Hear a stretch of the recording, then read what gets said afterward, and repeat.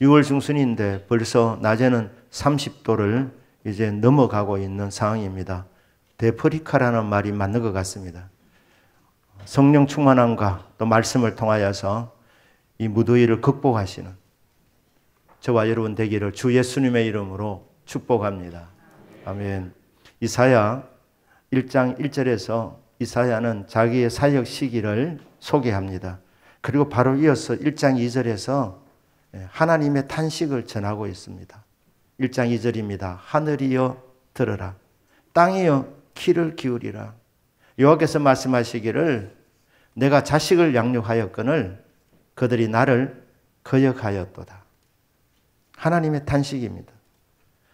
너무 답답해서 알아듣지 못하는 하늘과 땅에 호소하고 있습니다. 하늘이여 들어라. 땅이여 귀를 기울여라. 여호와께서 말씀하시기를 하나님 하시는 말씀입니다. 내가 자식을 양육했다는 거예요. 내가 자식을 키웠다는 거예요. 크게 하고 양육했는데 그들이 나를 안 받았다는 거예요. 나를 거역했다. 일어나서는 안 될 일이 일어났다는 것입니다.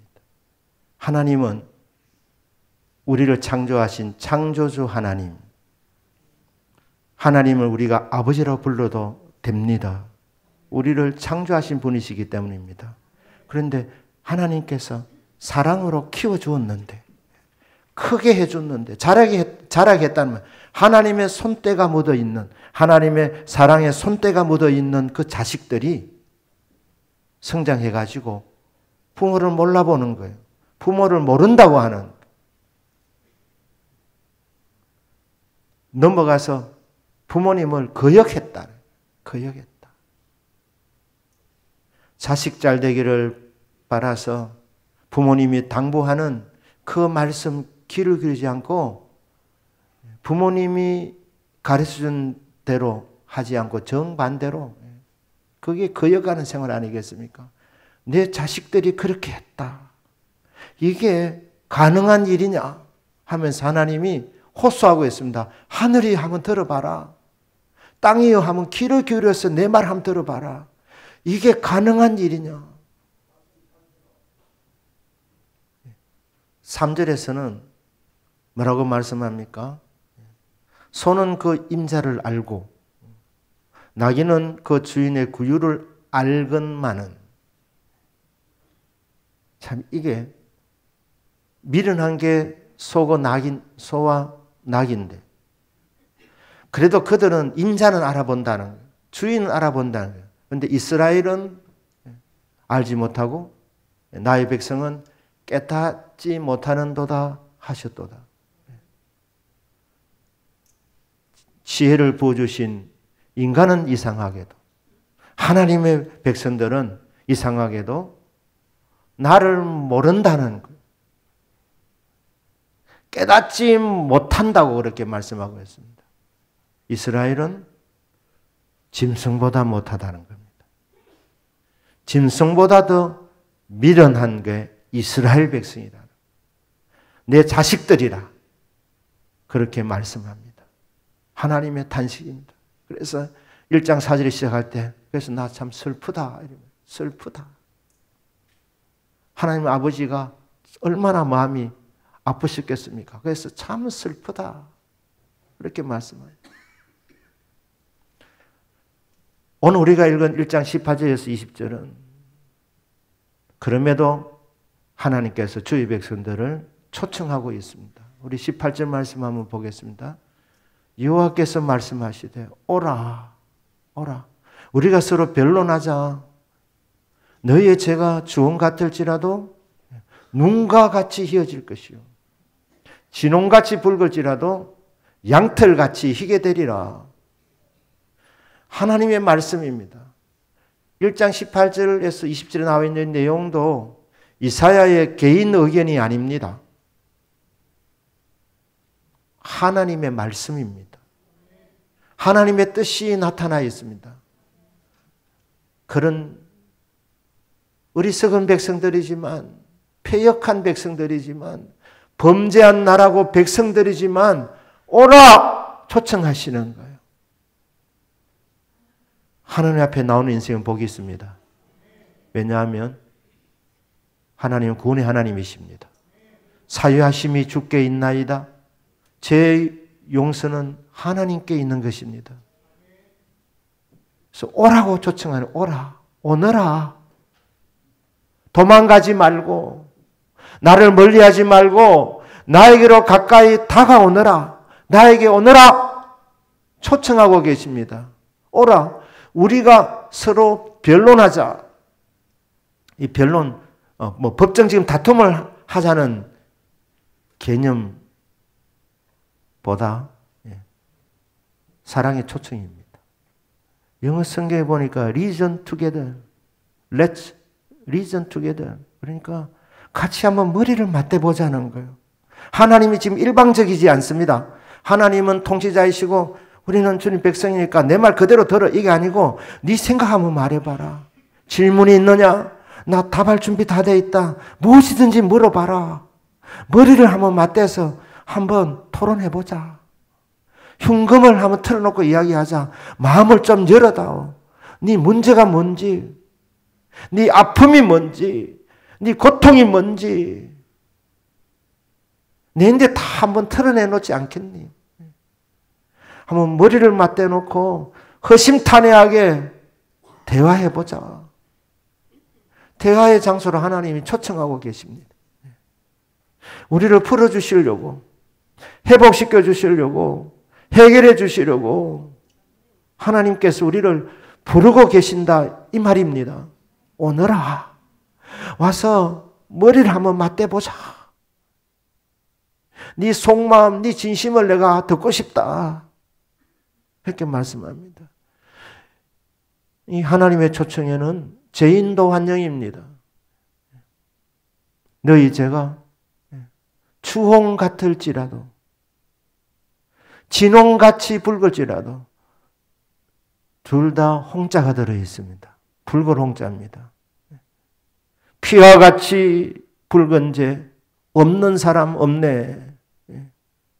시뻘건 죄. 큰 죄를 지었다 하더라도 나 무서워하지 말고 도망가지 마라. 회피하지 마라. 내게로 오너라. 죄인도 나는 환영한다. 누구든 환영이다. 너희의 죄가 아무리 커도 내 사랑보다 더 크겠느냐? 하나님 사랑보다 더 큰 것은 없습니다. 하나님의 은혜보다 더 큰 것은 없습니다. 그래서 오라는 거예요. 죄인들도 숨기지 말고 그대로 네 모습 그대로 나오너라. 너희 죄가 주홍 같아도 괜찮다. 진홍같이 붉어도 괜찮다. 내게 오면 흰 눈같이 눈과 같이 휘어질 것이다. 온 천지가 더러워도 하늘에서 눈이 내리면 그 더러운 것이 다 덮이는 것처럼 속죄라는 그 말 속에는 덮는다는 뜻이 있는 것입니다. 그 많은 죄도 주님 앞에 나오면 주님의 보혈로 다 덮어주시는 거예요. 도말하여 줍니다. 다 깨끗하게 지워주신다는 거예요. 그리고 눈으로 덮는 것처럼 깨끗하게 보이게 해준다는 것입니다. 눈과 같이 휘어질 것이니까 주홍같이 붉은 죄를 갖고 있는 인생들아, 진홍같이 붉은 죄를 짓고 있는 자들아, 양털같이 희게 될 것이니까 오너라, 오너라. 누구든지 나가면 됩니다. 죄인도 환영입니다. 주님 앞에 나가면 구원입니다. 믿습니까? 죄 용서가 있습니다. 그게 그치지 않습니다. 19절 말씀입니다. 너희가 절겨 순종하면 땅의 아름다운 소산을 먹을 것이요. 하나님 말씀 순종하면 어떻게 된다고 말합니까? 너희가 순종하면, 절겨 순종하면 땅에 아름다운 소산을 먹을 것이라. 그 땅이 어떤 땅입니까? 약속의 땅입니다. 그 땅은 어떤 땅입니까? 젖과 꿀이 흐르는 땅입니다. 하나님께서 이스라엘 백성을 젖과 꿀이 흐르는 약속의 땅으로 인도하셨습니다. 그곳에서 살아가는 하나님의 백성들에게 하나님이 말씀을 주십니다. 말씀을 주시는 목적은 말씀을 순종하면 어떻게 됩니까? 약속의 땅에서, 젖과 꿀이 흐르는 땅에서 젖은 우유 아니겠습니까? 우유를 마시고 꿀도 먹게 하신다. 문자 그대로 젖과 꿀을 누리면서 살게 해주신다. 하나님 주시는 복을 먹는 것으로 표현하고 있습니다. 아름다운 소산을 먹게 된다는 거예요. 아름다운 소산을 먹게 될 것이다. 근데 20절 말씀입니다. 20절 말씀 경고입니다. 읽습니다. 너희가 거절하여 배반하면 칼에 삼켜지리라. 여호와의 입의 말씀이니라. 자, 여기도 마무리는 여호와의 입의 말씀이니라. 하나님의 말씀이라는 겁니다. 너희가 즐겨 순종하면 땅에 아름다운 소산을 먹을 것이요 너희가 거절하여 배반하면 칼에 삼켜지리라. 비록 약속의 땅에 들어와서 살고 있지만 하나님 말씀을 너희들이 외면하고 하나님 말씀을 우습게 여기고 하나님 말씀을 거절하고 배반하면 하나님이 기대하시는 하나님이 기뻐하시는 뜻을 따라 살지 아니하고 말씀대로 살지 아니하고 네 뜻대로 그렇게 살아가면 어떻게 되느냐? 칼에 삼켜지리라. 무슨 말입니까? 전쟁이 일어난다는 것입니다. 무슨 말입니까? 전쟁이 일어나서 너희들이 이기는 것이 아니라 패배하게 된다는 것입니다. 그것을 뭐라고 말합니까? 칼에 삼켜진다는 것입니다. 하나님 말씀 순종할 때에 아름다운 소산을 먹는 것이지 먹게 될 것이지만 거절하면 하나님을 배반하면 칼에 삼킴을 당한다. 약속의 땅에서 복은 자동적으로 주어지는 것이 아닙니다. 약속의 땅에서 살아도 아름다운 소산을 먹을 수도 있고 오히려 칼에 삼킬 수도 있습니다. 먹느냐 먹히느냐 이게 가나안 땅에서의 삶입니다. 칼에 삼켜진다는 거예요. 칼. 하나님께서 이스라엘 백성들 가나안 땅으로 들어갈 때 하나님께서 모세를 통해서도 말씀하셨고 여호수아를 통해서도 말씀하셨습니다. 너희들이 들어가서 그 약속의 땅을 정복해라. 하나님께서 정복하라는 땅들이 있는데 그 땅을 다 정복해야 됩니다. 그런데 그들이 불순종해서 가만히 보니까 상대가 만만치 않은 상대, 철병거가 있는 무기가 굉장히 좋은 그런 사람들은 싸우려고 하지 않은 거예요. 그대로 둔 겁니다. 그럼 어떻게 되느냐? 그게 가시가 된다고 말합니다. 가시. 남겨둔 것이 채찍이 되기도 한다고 합니다. 가시 노릇을 하는 민족들, 채찍 노릇을 하는 민족들, 이스라엘을 괴롭히는 민족들입니다. 이스라엘을 고달프게 만드는 민족입니다. 그런데 가시와 채찍보다 더 센 게 있습니다. 그걸 칼이라고 하는 거예요. 칼. 칼은 가시에 찔리는 정도가 아닙니다. 채찍에 맞는 정도가 아닙니다. 칼은 치명적인 무기입니다. 칼은 전쟁을 상징하는 것입니다. 칼은 죽음을 말하는 것입니다. 칼에 삼킨다. 너희 전쟁에 패배해서 죽는다 이 말입니다. 칼에 삼켜진다. 칼에 삼켜진다.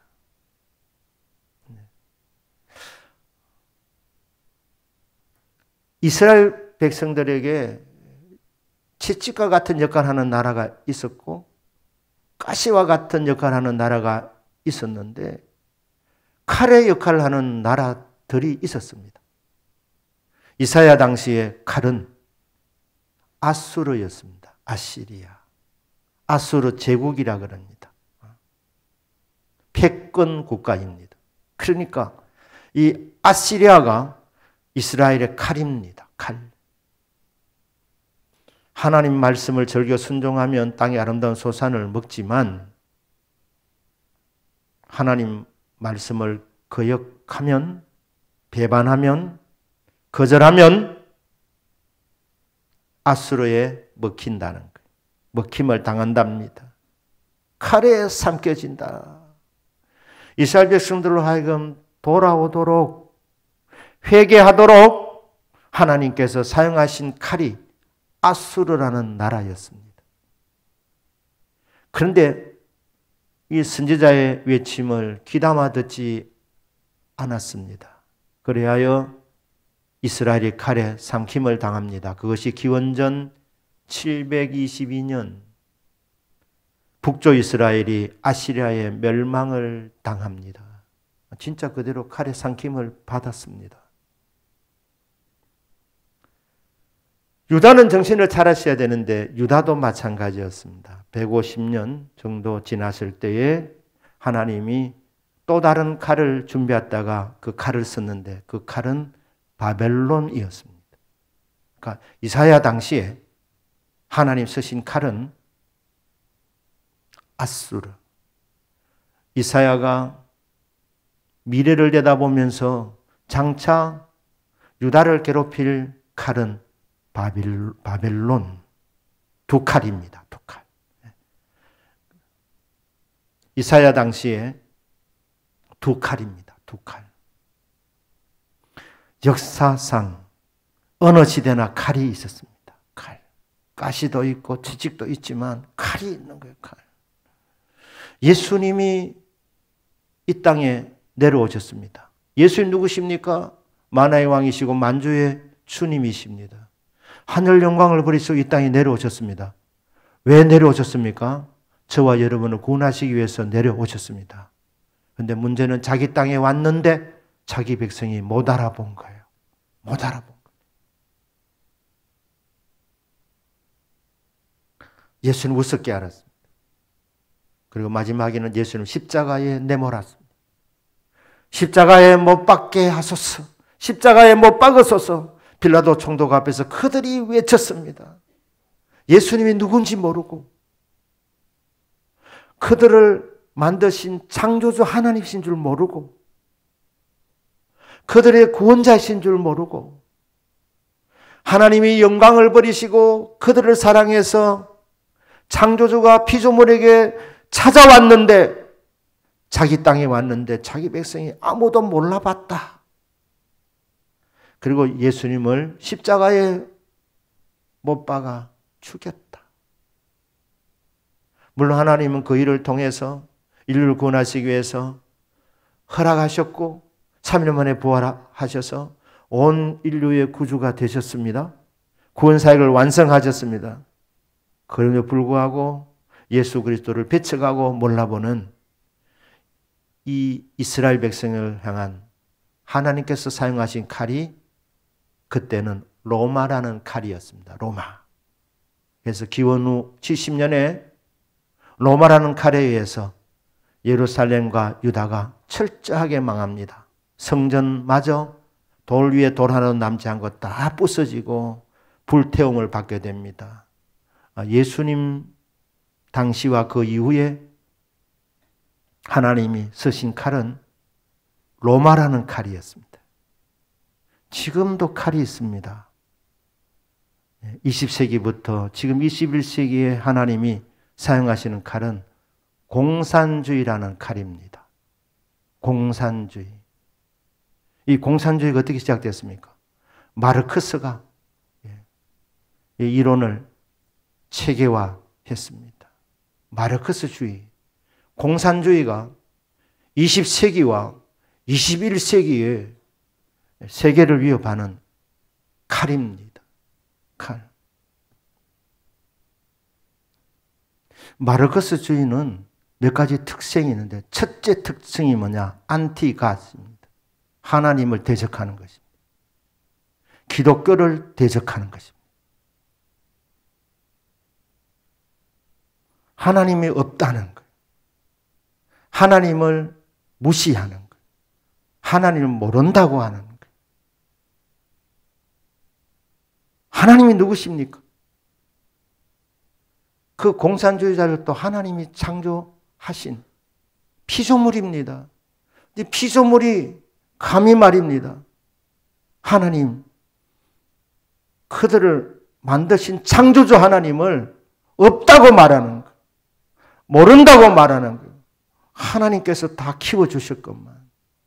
빛을 공급하시고 비를 공급하시고 적절한 기후를 주셔서 식물이 자라게 하시고 그 소산들을 먹게 만드신 분이 창조주 하나님이신데 그 하나님의 은혜를 인정하지 아니하고 하나님 모른다.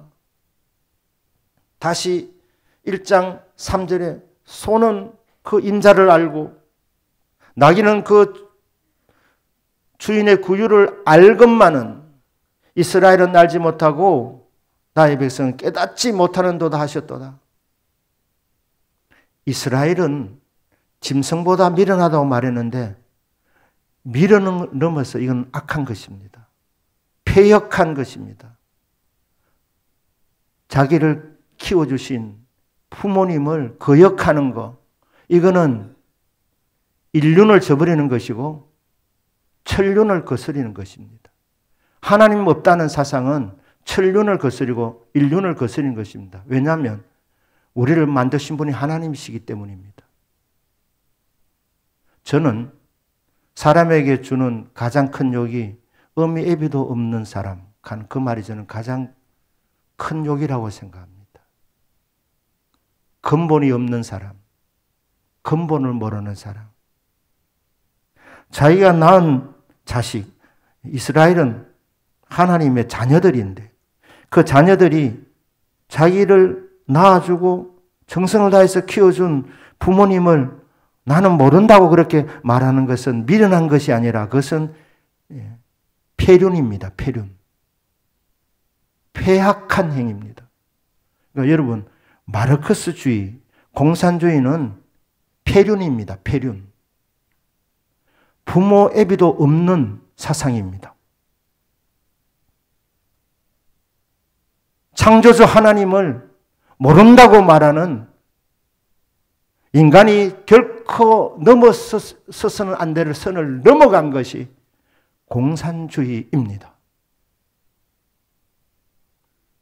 폐역한 사상이죠. 공산주의와 기독교는 하나가 될 수 없습니다. 둘이 대화가 된다? 그럼 둘 중에 하나가 타협하고 있는 것입니다. 기독교 좌파? 불가능합니다. 그것은 뼛속까지 공산주의자가 회심하기 전에는 결코 우파가 될 수 없는 것처럼. 그러니까 여러분, 나는 공산주의자인데 우파이다. 그거 엉터리입니다. 진짜 공산주의자는 우파 될 수 없습니다. 그 진짜 기독교인은 좌파 될 수 없습니다. 공산주의 첫 번째 사상은 하나님을 반역하는 겁니다. 안티가십니다. 그리고 안티기독교입니다.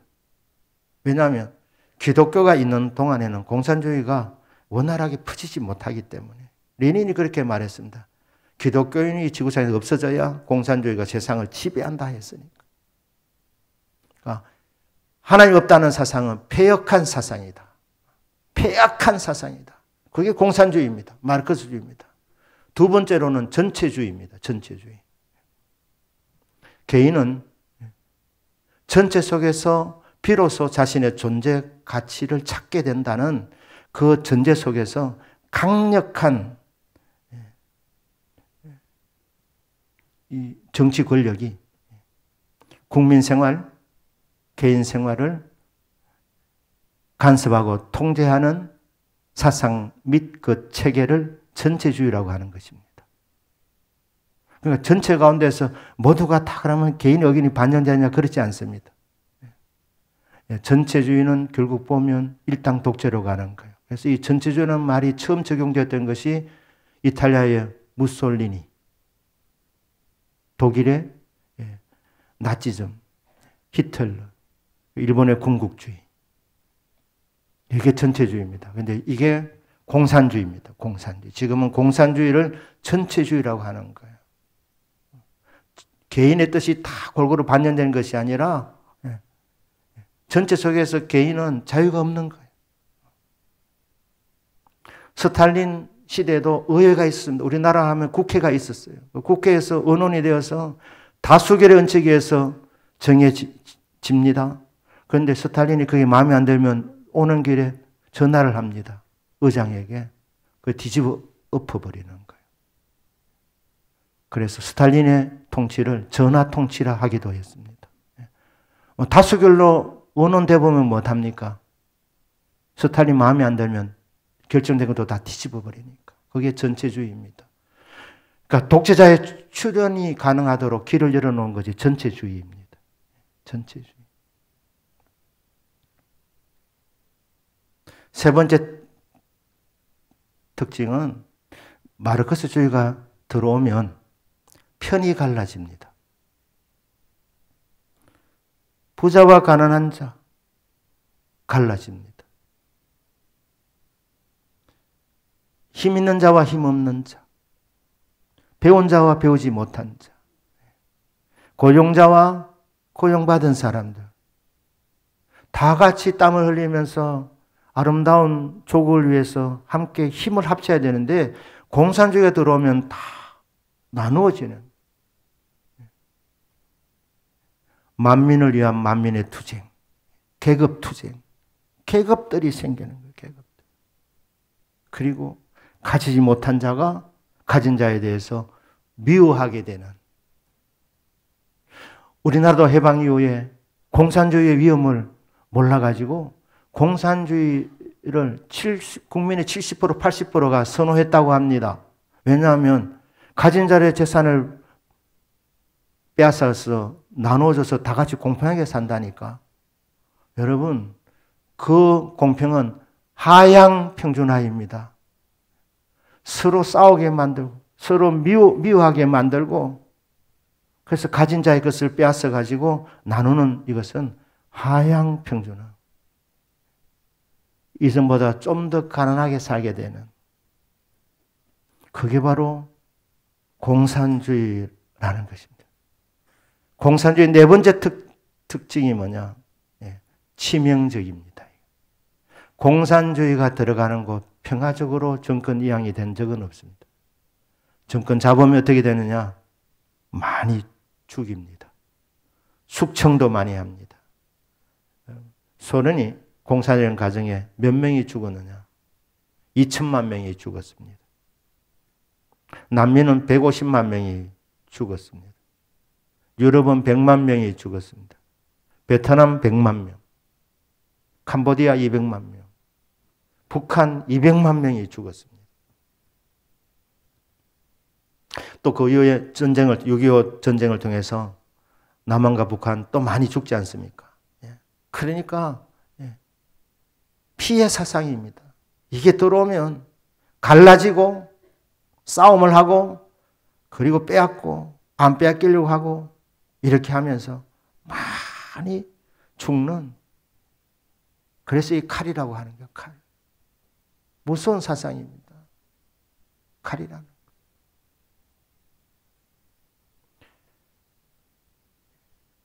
마르크스는 그렇게 생각했습니다. 자본주의는 자체 모순이 있기 때문에 발전되면 결국 망하게 되어 있다.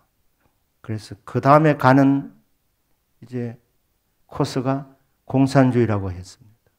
그러면서 세계를 딱 보면서 공산화가 제일 먼저 될 나라를 독일로 꼽았습니다. 자본주의가 상당히 발전되어져 있는 독일을 보면서, 잘 사는 나라를 보면서 독일이 공산화 될 것이다. 제일 먼저 될 것이다. 장담했습니다. 틀렸습니다. 공산화가 어디서 시작되느냐? 러시아입니다. 러시아. 사람들이 깜짝 놀라는 거예요. 왜냐하면 그 당시에 러시아는 러시아 정교회 전 국민이 믿었습니다. 80, 90%가 교인이었습니다. 그런 유신론 국가, 국민의 절대 다수가 하나님 믿는다고 하는 그곳에 공산주의가 시작된 것입니다. 왜 그러냐? 교회가 크시다 보니까 신앙이 나태해지고 교회가 부유해지다 보니까 타락되어지니까 러시아 정조의 이 부패를 하나님께서 보시고 하나님이 허락하신 칼이 공산주의라는 거예요. 공산주의. 그 이후에 전 세계로 이 공산화되기 위해서 이게 쭉 내려오게 됩니다. 그런데 참 신기하게도 그 많은 공산화되어가는 과정에 우리 대한민국만 물리쳤습니다. 그래서 전체가 벌겋게 물들고 있을 때 남한만큼은 하늘 색깔로 이렇게 표시되어 있는 공산주의의 공격을 막아낸 것이죠. 대한민국도 칼의 삼킴을 받을 뻔했습니다. 그게 언제입니까? 1950년 6월 25일입니다. 주일날 새벽이었습니다. 김일성이가 소련제 탱크를 몰고 내려왔습니다. 그때 우리가 삼킴을 당할 뻔했습니다. 그런데 어떻게 막아냈느냐? 우리는 그때 준비가 안 돼 있었습니다. 군인들과 백성들의 정신 상태도 전쟁할 준비가 안 돼 있었고 무기도 북한 무기하고 비교하면 많이 부족했습니다. 그런데 어떻게 막아냈느냐? 북한 김일성과 북한 이 공산군과 소련의 공격, 나중에 중국까지 포함됩니다마는 중공군까지 어떻게 막아낼 수 있었느냐?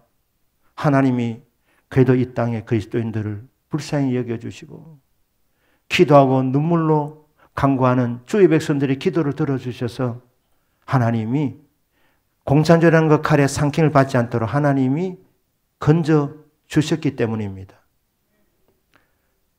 스탈린에게 찾아가서 탱크를 주십시오. 3일 만에 끝장낼 수 있습니다. 그렇게 한 거예요. 왜 그러냐면 남한은 이미 공산화 다 됐다고 생각했기 때문에. 박헌영이가 그렇게 얘기했거든요. 내려오기만 하면 다 환영할 것이라 그렇게 한 거예요. 그래서 3일 만에 다 남한을 먹을 수 있다고 그래 생각했습니다. 그 스탈린이 남한을 좋아했습니다. 남한을 먹으려고 했습니다. 왜냐하면 러시아가 땅은 넓지만 쓸만한 땅이 그리 많지 않습니다. 항구들이 있지만 쓸만한 항구가 별로 없었어요. 그러니까 스탈린이 정말 원했던 것은 부동항입니다. 겨울에 얼지 아니하는 항구. 남한이 딱 맞는 거예요. 그러니까 스탈린도 이 남한을 먹고 싶었는데 김일성이 오니까 그래서 탱크를 내준 것 아닙니까? 그런데 김일성이가 3일 만에 통일시킨다고 그렇게 했는데 서울에 와서 거기 3일을 머물러 있은 거예요. 왜 머물러 있었느냐? 박헌영이가 나중에 처형당하는 것을 보면 속았다고 그렇게 해서 아마 죽인 것 같은데 다 내려오면 쉽게 청구할 줄 알았습니다. 그러나 무기는 변변찮아도 남한에 있는 백성들이 저항했습니다. 목숨 걸고 싸웠습니다. 하나님께서 이 백성들에게 은혜를 베풀어 주신 줄로 믿습니다. 안 먹혔습니다. 그리고 유엔군이 참전을 해야 되는데 유엔 그 안보리 상위 이사국에 소련이 반대하면 파병할 수 없는 겁니다. 그런데 소련 외무상이 참석을 하지 않았어요. 그래서 반대표를 못 던졌습니다. 그래서 통과된 거예요. 이것도 기적입니다. 하나님이 칼에 삼키지 않도록 하나님이 섭리하신 것입니다. 그래서 연합군이 오게 된 것 아닙니까? 미군도 개입된 것입니다. 인천 상륙작전. 성공 확률이 5,000분의 1이었다고 합니다. 5,000번 이 작전을 하면 4,999번 실패하는 정말 위험한 작전. 5,000분의 1의 확률을 뚫고 놀라운 이 결과물을 낸 전쟁사에 있어서도 정말 잊지 못할 전쟁 중에 하나가 인천 상륙 작전인데 그것도 하나님의 은혜라는 말밖에 설명할 것이 없습니다.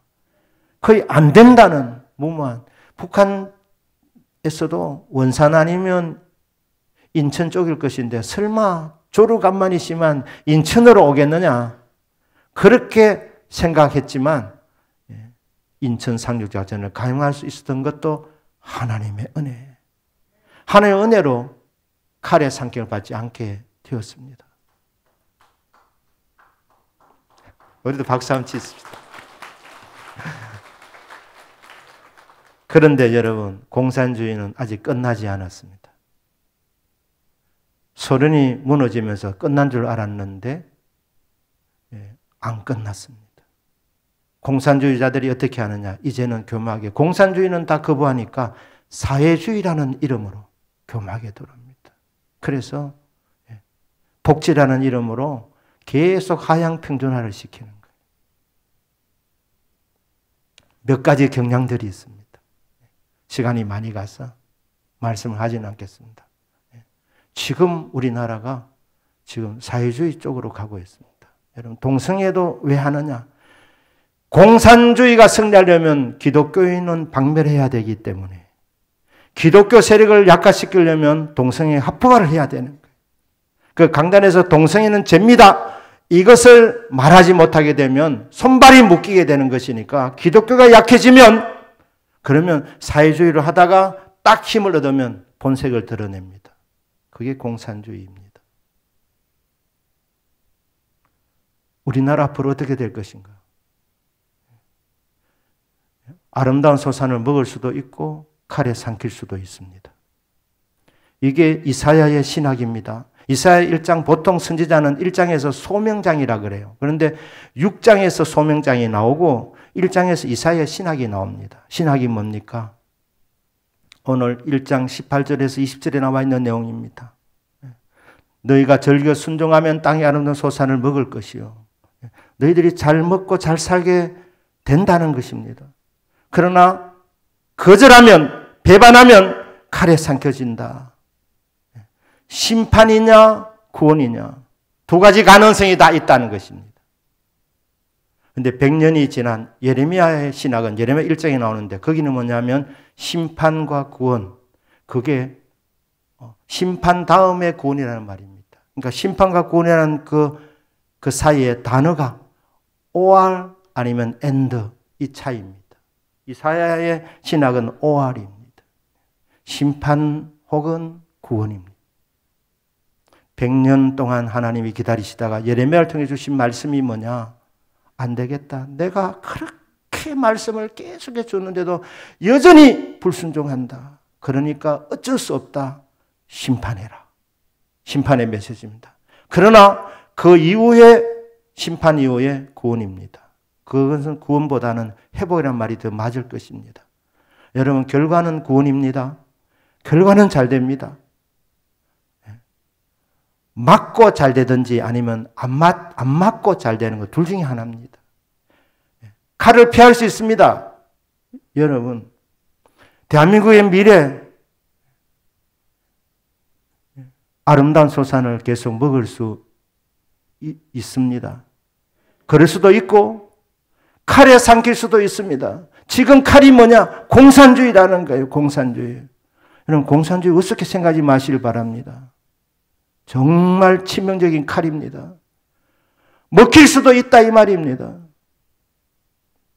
그러나 다행인 것은 아직 가능성이 있기 때문에 예레미야는 안 된다, 심판이 필연적이다, 심판 다음에 회복이다, 심판 다음에 구원이다. 100년 후에 하나님 예레미야를 통해 주신 말씀이지만 100년 전에 이사야에게는 너희들 아직도 가능성이 있다, 정신만 차리면 된다. 사는 길이 있고 죽는 길이 있다. 아름다운 소산을 먹는 길이 있고 칼에 삼키는 길이 있다. 둘 중에 하나, 너희들이 선택만 잘하면 된다. 그러면 무엇을 선택하면 된다, 이 말입니까? 1장 19절 말씀을 보시면, 너희가 절겨 순종하면 땅의 아름다운 소산을 먹을 것이요. 믿습니까? 네. 여러분, 순종하면 여전히 칼은 있지만 그 칼이 우리와 상관이 없는 칼이 되는 거예요. 근데 우리가 계속 불순종하면, 거절하고 배반하면, 거역하면, 폐역한 행동을 계속하고, 하나님 없다는 엉뚱한 소리 해삭고, 기독교를 계속해서 폄하하고, 이게 대다수의 의견이 되어지면 어떻게 되느냐? 그럼 칼에 삼키는 것이죠. 그러니 두 가지 가능성이 다 있다는 거예요. 다. 하지만 하나님은 해법은 분명히 주어져 있습니다. 그게 뭡니까? 너희들이 절겨 순종하면 땅에 아름다운 소산을 먹는다는 거예요. 하나님께 순종입니다. 하나님 말씀의 순종입니다. 순종은 두 가지 종류가 있습니다. 하나는 억지로 하는 순종, 하나는 즐겁게 하는 순종. 새벽기도 나가야 되는데 잠은 자고 싶고, 그래서 일어나면서 새벽기도 누가 만들었노? 이래 하면서도 그래도 새벽기도 나오는 게 안 나오는 것보다 낫습니다. 억지로라도 순종하는 게 안 하는 것보다 낫습니다. 하지만 어차피 순종할 것 같으면 즐겁게 순종, 기쁘게 순종. 그러니까 1장 19절 말씀입니다. 너희가 즐겨 순종하면 땅의 아름다운 소산을 먹을 것이요. 칼 신경 쓰지 마라. 칼이 너희들 찌르지 못하게 다 막아줄 것이고 심판은 얼마든지 피할 수 있다. 그 방법이 뭐냐? 하나님께 순종입니다. 즐겁게 순종입니다. 하나님 말씀을 즐거워하는 것. 하나님 말씀에 즐겁게 순종하는 것. 그게 우리 민족의 장래를 밝게 만들어주는 유일한 해법입니다. 국가뿐 아닙니다. 여러분 개인의 삶도 마찬가지입니다. 여러분 가정도 마찬가지입니다. 대동교회 공동체도 마찬가지입니다. 아름다운 소산을 먹는 방법은 하나님께 기쁘게 순종해 드리는 것. 하나님 말씀을 즐거워하며 순종하는, 그렇게 하면 삽니다. 우리 개인과 우리 교회 공동체가 살아도 나라가 어려워지면 무슨 의미가 있습니까? 그러니까 여러분 깨어 있으셔야 됩니다. 나라를 위해서 기도 많이 하셔야 됩니다. 한 번 하나님이 이 큰 칼을 막아주셨는데 다시 이 땅에 전쟁이 일어나지 않도록, 칼이 우리를 삼키지 않도록 하나님 분명히 해법을 주셨습니다. 내게 순종만 해봐라. 즐겨 순종해라. 기쁘게 말씀을 듣고 받고 그 말씀을 실천하는 순종의 삶을 살아봐라. 그러면 내가 다 책임져 주겠다. 이렇게 말씀하신 것입니다. 말씀을 마치겠습니다. 이사야 1장 19절 20절 말씀을 한 번 더 제가 낭독하고 마칩니다. 너희가 즐겨 순종하면 땅의 아름다운 소산을 먹을 것이요. 너희가 거절하여 배만하면 칼에 삼켜지리라. 여호와의 입의 말씀이니라. 아멘. 기도하겠습니다.